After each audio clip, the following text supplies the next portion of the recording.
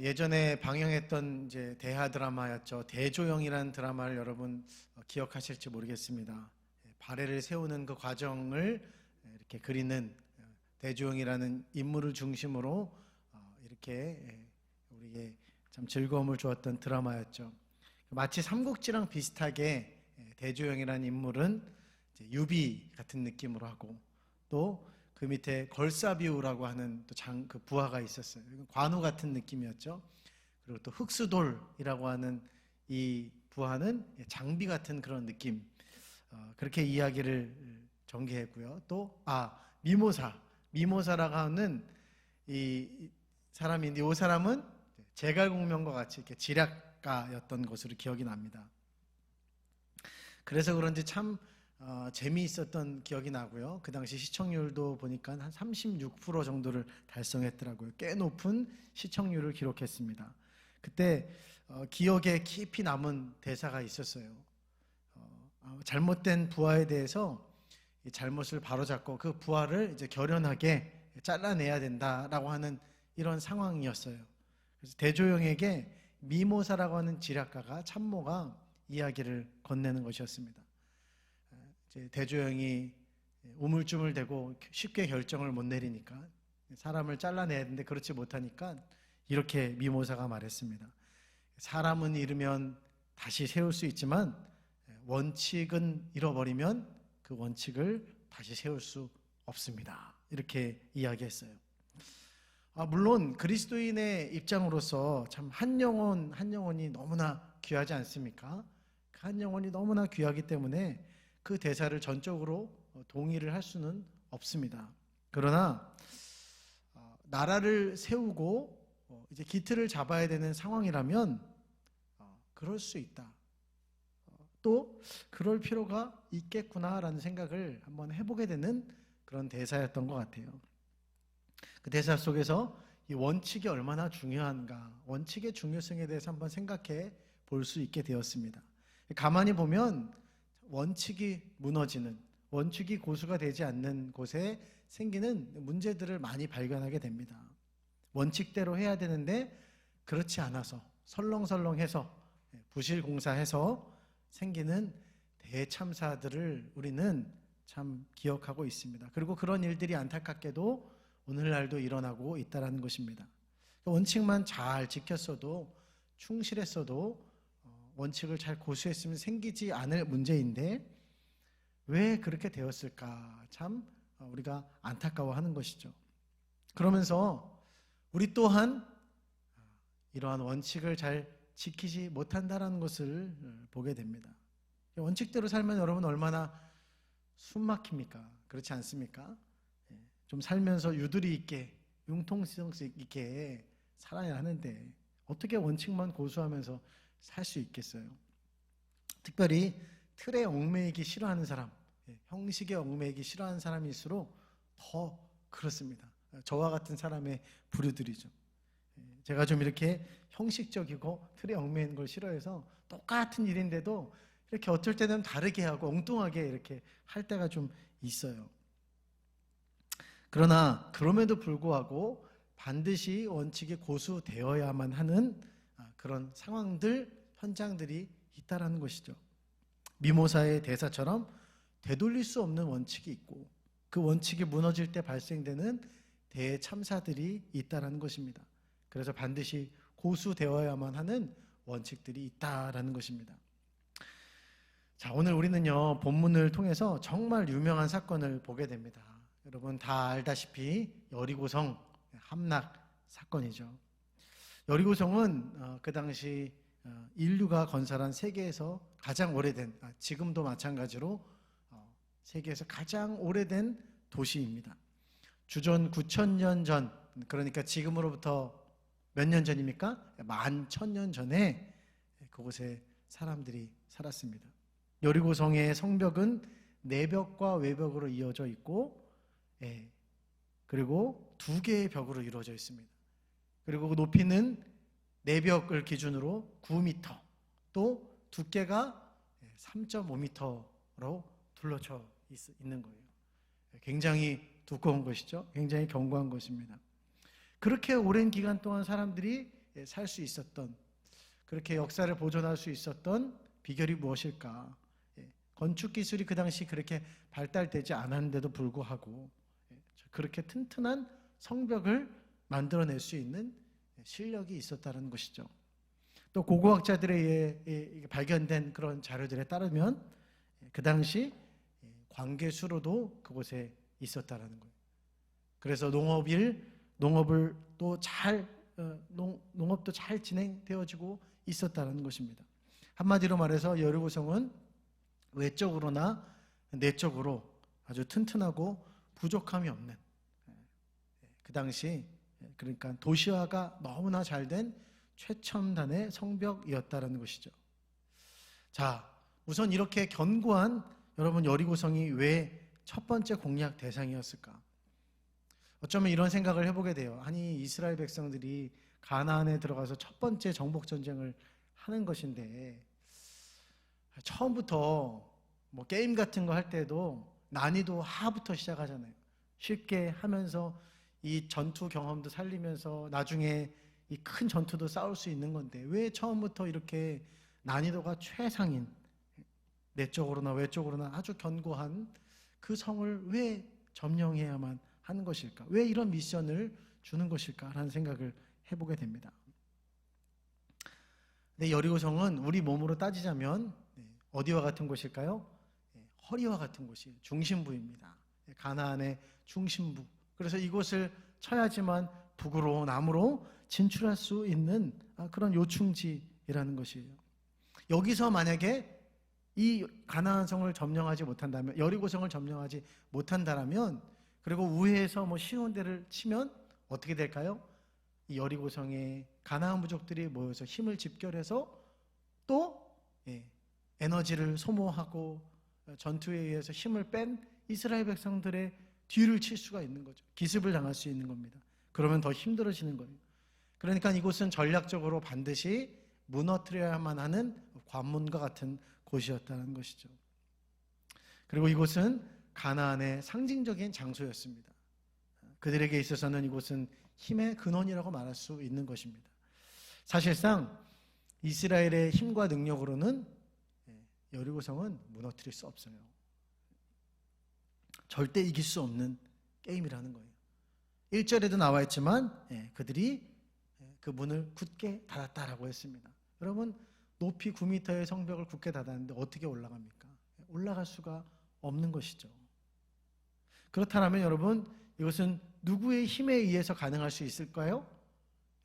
오직 하나님의 힘으로만 가능할 수 있다. 무엇을 말하고 있는 것입니까? 이 가나안 정복의 승리는, 성패는 누구에게 달려있다? 하나님에게만 달려있다. 오직 하나님께만 달려있다. 처음부터 이 불가능한 미션을 왜 주신 걸까요? 인간에게는 불가능한 거죠. 그러나 하나님께는 가능한 것이에요. 그리고 하나님은 이 불가능해 보이는 미션을 통해서 이스라엘 백성들에게 교육하는 거예요. 이 첫 시작부터 이 전쟁은 누가 주도하고 또 누구 주도하에 달려있는 싸움인가? 이 싸움은, 이 가나안 정복 전쟁은 하나님께만 달려있는 전쟁이다. 이것을 알려주시기 위해서 하나님은 그 전투를 하게 하셨다라는 것이죠. 자, 우리 옆에 계신 분 성도님들을 한번 격려하시면서 믿음으로 격려하며 이렇게 좀 인사했으면 좋겠어요. 우리의 승리는 오직 하나님께 달려 있습니다. 시작. 승리는 하나님께만 있습니다.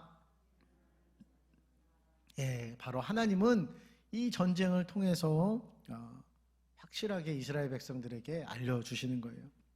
이 전쟁의 시작은 하나님이고 마침도 하나님이고 전쟁의 승리는 인간에 의해서 좌지우지 되는 게 아니라 오직 하나님께만 달려있다. 사람들은 그렇게 생각하는 거죠. 얼마나 많은 병력을 갖추었느냐. 5m 두께, 높이가 뭐 10m짜리 성벽을 가지고 있느냐. 말이 많이 있느냐. 최첨단의 무기가 있느냐. 온통 사람들의 관심은 거기에 달려있는 거예요. 그래서 그것을 갖추면 자신만만하고 기세등등한 거죠. 우리의 삶을 볼 때는 어떻습니까? 내 연봉의 수준이 어느 정도인가? 내가 가진 재산은 얼만큼인가? 그것에 따라 사람들의 자존감이 막 올라갔다 내려갔다 하는 거 아니겠습니까? 내 자식이 어느 대학에 들어갔는가? 어느 직장에 취직했느냐? 시원치 않으면 무리 속에서도 괜히 주눅드는 것. 이것이 우리의 인생 아닙니까? 여러분, 그런데 하나님 말씀하시는 거예요. 우리의 자존감, 우리의 승리, 그런 것은 우리의 승리는 그런 것에 달려있지 않다는 것이에요. 그래서 우리가 집중해야 될 것, 바라봐야 될 것이 무엇이냐? 그래서 하나님이 우리와 함께하고 계시는가? 하나님이 내 앞서 가시면서 그 거룩한 전쟁을 싸우고 계시는가? 우리 믿음의 사람들은 그것에 주목해야 한다는 것입니다. 우리가 가진 것이 아닌, 우리의 힘과 능력이 아닌 하나님의 능력으로, 아멘? 하나님께로만 오직 승리가 있다라는 것입니다. 그 하나님 안에서 내 자존감이 높아지고, 그 하나님 안에서 불가능한 것이 가능해지며, 할렐루야! 하나님이 하시면 우리 삶의 여리고는 무너진다라는 것이에요. 그래서 때로는 하나님께서 우리의 삶을 볼 때에도 때로는 거대한 장벽과 같은 문제들을 만나게 하실 때도 있는 거예요. 그것을 그냥 두실 때도 있는 거예요. 그것을 거두어가는 것이 아니라 그것을 우리로 하여금 직면하게 만드는 그런 일들도 하나님께서 만드신다는 거예요. 왜요? 그것을 통해서 더 하나님을 의지하게 하고, 그러므로 말미암아 하나님의 능력을 경험하게 하고, 결국 그 위대한 하나님이 바로 우리의 하나님이시다, 나의 하나님이시다라는 것을 알게 하기 위해서. 할렐루야! 오늘도 하나님은 그렇게 우리에게 일하신다는 것입니다. 여러분, 2022년 마지막 이제 주일을 보내고 있는데요. 이 2023년을 준비하면서요, 또 2022년을 마무리하면서 다가올 새해를 바라볼 때 우리 앞에 놓여진 아직도 거대한 여리고와 같은 문제들이 있지 않냐는 것입니다. 그 무너지지 않을 것 같은 장벽들이 보이진 않냐는 것입니다. 그러나 하나님께서 하시면 그 모든 것들이 무너질 줄 믿습니다. 돌파되어질 줄 믿습니다. 그 일을 통해서 우리는 하나님을 경험하게 될 줄 믿습니다. 우리는 이것을 믿어야 됩니다. 그렇다면 우리가 이제 주목해야 될 것이 있습니다. 여러분, 오늘 여호수아 6장의 하이라이트는 무엇일까요? 한 이야기로 볼 때 이게 가장 극적인 장면이 뭡니까? 뭐긴 뭐겠어요. 우리의 생각으로 볼 때는, 우리의 눈으로 볼 때는 여리고성이 무너지는 것이 하이라이트 아니겠어요? 소리 지르고 막 무너지는 그 장면, 기적과 같이 와르르 성벽이 무너져 내리는 그 장면, 우리가 그 자리에 있지는 않았지만 한번 이 역사적인 사실을 상상해 보는 거예요. 얼마나 극적이면서 짜릿한 시원한 승리입니까? 그 3m 두께의 돌들이 와르르 무너지면서, 영화의 한 장면 보면요, 막 먼지가 휘날리는 가운데 막 이제 아군이 막 돌진을 하면서 와 소리 내면서 이제 적군들은 거기서 막 패배해가지고 막 단칼에 죽고 막 시체가 막 쌓여 있고, 영화 같은 모습들이 연출이 되는 거 아니겠어요? 그런데 우리가 볼 때는 그 장면이 굉장히 부각되어야 되고, 막 죽은 사람의 수가 몇 명이어야 되고, 이런 것들이 막 기록되어야 될 것 같아요. 그런데 그런 장면이 실려있지 않아요. 그리고 20절 말씀이죠. 여러분, 뭐라고 나와 있습니까? 이에 백성은 외치고 제사장들은 나팔을 불매 나팔 소리를 들을 때 크게 소리를 질러 외치니 성벽이 무너져 내린지라. 성벽이 무너져 내린지라. 끝입니다. 너무 허무하죠. 이런 극적인 승리 앞에서 어떻게 이렇게 짧게 끝낼 수 있을까? 우리라면 어떻게 하겠어요? 이런 무용담을 막 늘어놓고 살도 붙이고 조미료도 막 이렇게 양념도 치는 거죠. 그리고 우리 남자들은 그런 걸 좋아하지 않습니까? 약간 부풀리는 걸 좋아해요. 허세가 있다라 그러죠. 허풍이 좀 셉니다. 이게 어느 때에 가장 부각이 될까요? 남자끼리 모여서 군대 얘기할 때. 뭐 들어보면 북한 한계사단은 다 지 혼자서 전멸을 한 것 같아요. 얼마 전에 무인기가 나타나서 이제 못 잡혔지 않습니까? 그래서 아주 떠들썩했어요. 이럴 때 군대 다녀온 남자들이 주로 이제 뭐라고 해요? 군대가 빠져서 그래. 군기강이 빠져서 그러는 거야. 저 빠따를 맞아야 돼. 나 때는 저런 거 새총으로 잡았어. 이러면서 이제 막 말도 안 되는 막 뻥들을 이제 치는 거죠. 그런 우리 남자들로서는요, 20절의 말씀은 너무나 이해가 되지 않습니다. 무너져 내렸다. 그리고 끝이에요. 여러분, 오늘 본문은 무엇을 말하고 있어요? 거기에 강조점이 있지 않다는 거예요. 이 극적인 승리는 이미 당연한 승리였던 거예요. 언제부터요? 언제부터 당연한 승리였을까요? 하나님의 궤가 행진의 대열에 선봉에 섰을 때, 그리고 그 궤 앞에 7 제사장이 수량의 뿔을 들고 나팔을 불 때, 그리고 그 7 제사장 앞에 무장한 선발대가 제사장과 궤를 보호했을 때, 말씀이 하나님의 궤가 중심이 되었을 때, 인간적으로 볼 때는 이 말도 안 되는 그 진영을 고수하면서 그 여리고성을 돌 때 순종이죠. 순종하면서 그 진영을, 그 원칙을 고수했을 때, 여러분 가만히 6장을 잘 보십시오. 뭐가 반복해서 강조되고 있는지를 여러분 한번 보십시오. 바로 그 대열의 장면을 말하고 있는 거예요. 그렇게 돌고 있는 것을 계속해서 반복적으로 강조하는 거예요. 말씀을 중심으로 하는, 말씀대로 순종하는 그 모습을 본문은 강조하고 있더라는 것이에요.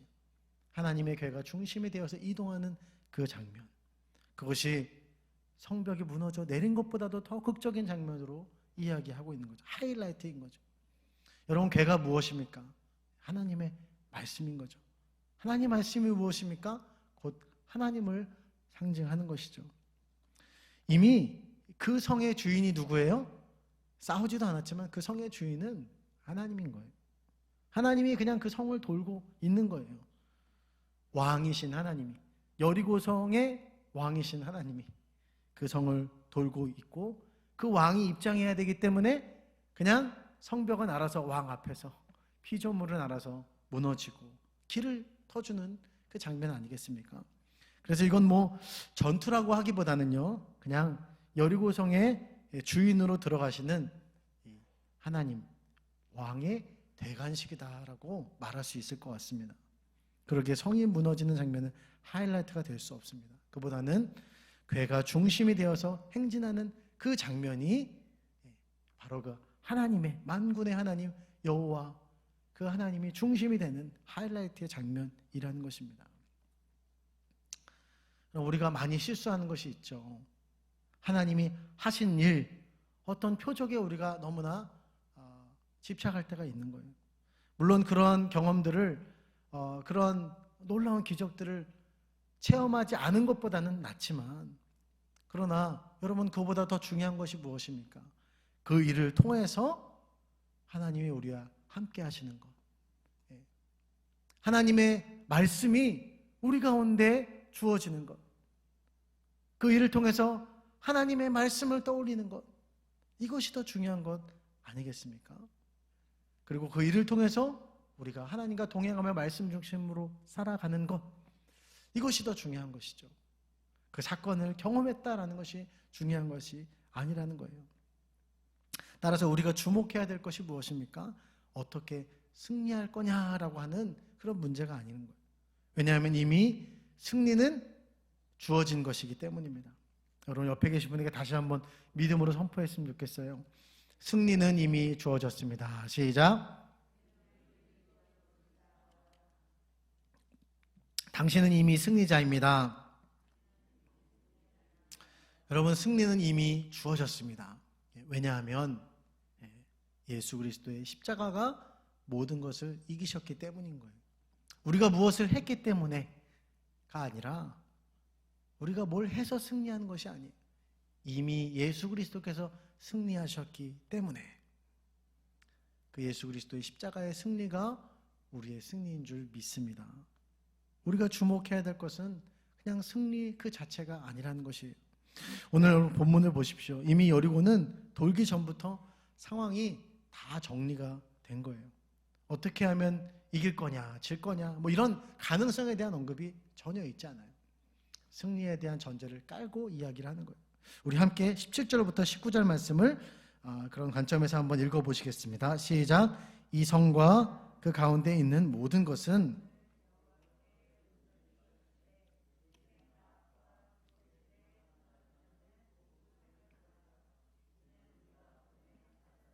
그가 숨겨주었음이니라.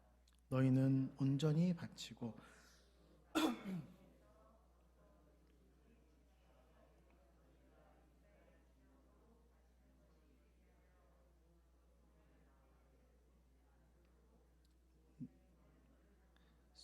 손대지 말라. 은금과 동철 기구들은 다 여호와께서 구별될 것이니 그것을 여호와의 곳간에 드릴지니라 하니라. 아멘. 예, 이 말씀은요, 무너지기 전에 하신 하나님의 명령 말씀이죠. 이미 승리한 것을 전제를 하고 하는 거예요. 승리할 건데 그 다음에 어떻게 할 거냐. 오늘 우리는 여기서 중요한 단어를 보게 돼요. 그것은 바치다, 온전히 바치다라는 단어예요. 히브리어로는 헤렘이라고 하고, 헤렘의 원형은 하람이라고 하는데요. 하람의 뜻은 금지하다, 사용을 금함으로써 봉헌하다라는 뜻이에요. 그리고 헤렘의 뜻은 진멸하다, 멸절하다라는 뜻입니다. 이 단어의 뜻을 통해서 여러분, 하나님께 바친다는 것이 무엇인지를, 그 의미가 무엇인지를 생각해 보게 됩니다. 그것은 단순히 그냥 뭘 드리는 것 정도를 말하는 것이 아닙니다. 내가 드리는 물질, 내 열정, 내 열심, 헌신, 수고, 그것이 아니라, 단순히 그것이 아니라 거기에 뭐가 담겨져 있어야 될까요? 세상에 속한 것을 사랑하는 내 마음을 진멸하는 거예요.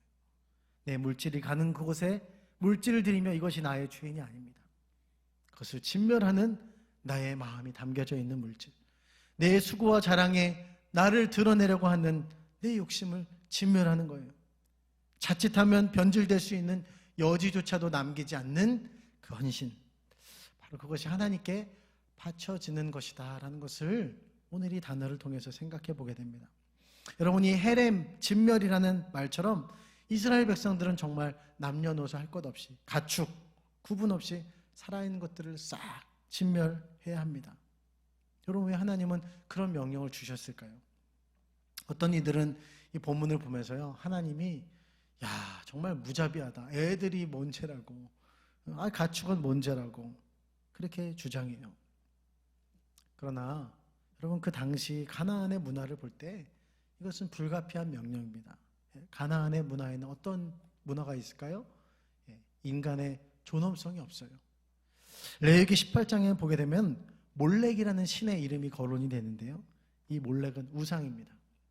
이 우상에게 어떠한 일을 벌이느냐, 자기의 자녀를 불에 태워서 죽이는, 불 위를 지나가게 하는 그런 것에 대한 언급이 나와 있어요. 바로 그 몰렉이 무엇이냐? 다산과 소원을 성취해주는 가나안의 신 중에 하나였다는 거예요. 도대체 어떻게 이런 문화가 가능할까?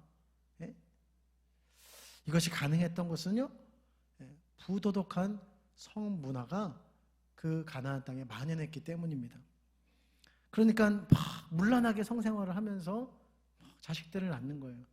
내 자식이 누군지도 몰라, 정확히 누군지도 모르는. 그러니까 내 자식이라고 하는 그 자식을 필요에 따라서 이용할 수 있게 되는 거예요. 쉽게 죽일 수 있는 겁니다. 생명경시 풍조가 만연한 땅이 가나안 땅이었다는 거죠. 그러니까 그 땅에 있는 많은 사람들이 그 땅이 고통을 당하는 것이죠. 만약 이스라엘 백성들이 이들을 진멸하지 않는다면 어떻게 될까요? 결국 그들의 문화에 동화되어서 똑같은 일들을 벌이게 된다는 것입니다. 그럼에도 불구하고 하나님은 왜 그렇게 무자비하게, 아직도 이해가 안 가시는 분이 있을지 모르겠습니다만, 그러나 여러분, 이렇게 말씀드리면 납득이 가실 것 같아요. 라합, 남녀노소 구분 없이 다 살아야 되는데 라합은 어떻게 살았어요? 그리고 뒤에 나오지만 기브온 주민들은 어떻게 살았습니까? 결국 하나님을 경외하는 사람들, 그 사람들에 대해서 하나님은요, 그들이 살 길을 마련하셨다는 거예요. 그러니까 이 죽음은요, 가나안 백성들이 선택한 죽음이었다는 거예요. 자초한 죽음이었다는 것입니다. 여러분, 하나님의 뜻이 무엇입니까? 이 더럽혀진 가나안 땅이 거룩해지는 것이 하나님의 뜻인 거예요. 인간의 존엄성, 생명, 경시, 풍조가 만연한 그 땅이 인간의 존엄성이 회복되어지고 정말 아름다운 땅이 되어지는 것, 이것이 하나님의 뜻인 거예요. 그것이 어떻게 가능할 수 있을까요? 하나님의 사람들을 통하여서, 바로 이스라엘 백성들을 통하여서 이 악한 문화 가운데 거룩한 이스라엘 백성들을 그 땅에 심겨줌으로 가나안 땅을 바꾸시고자 하는 것이 하나님의 뜻이라는 겁니다.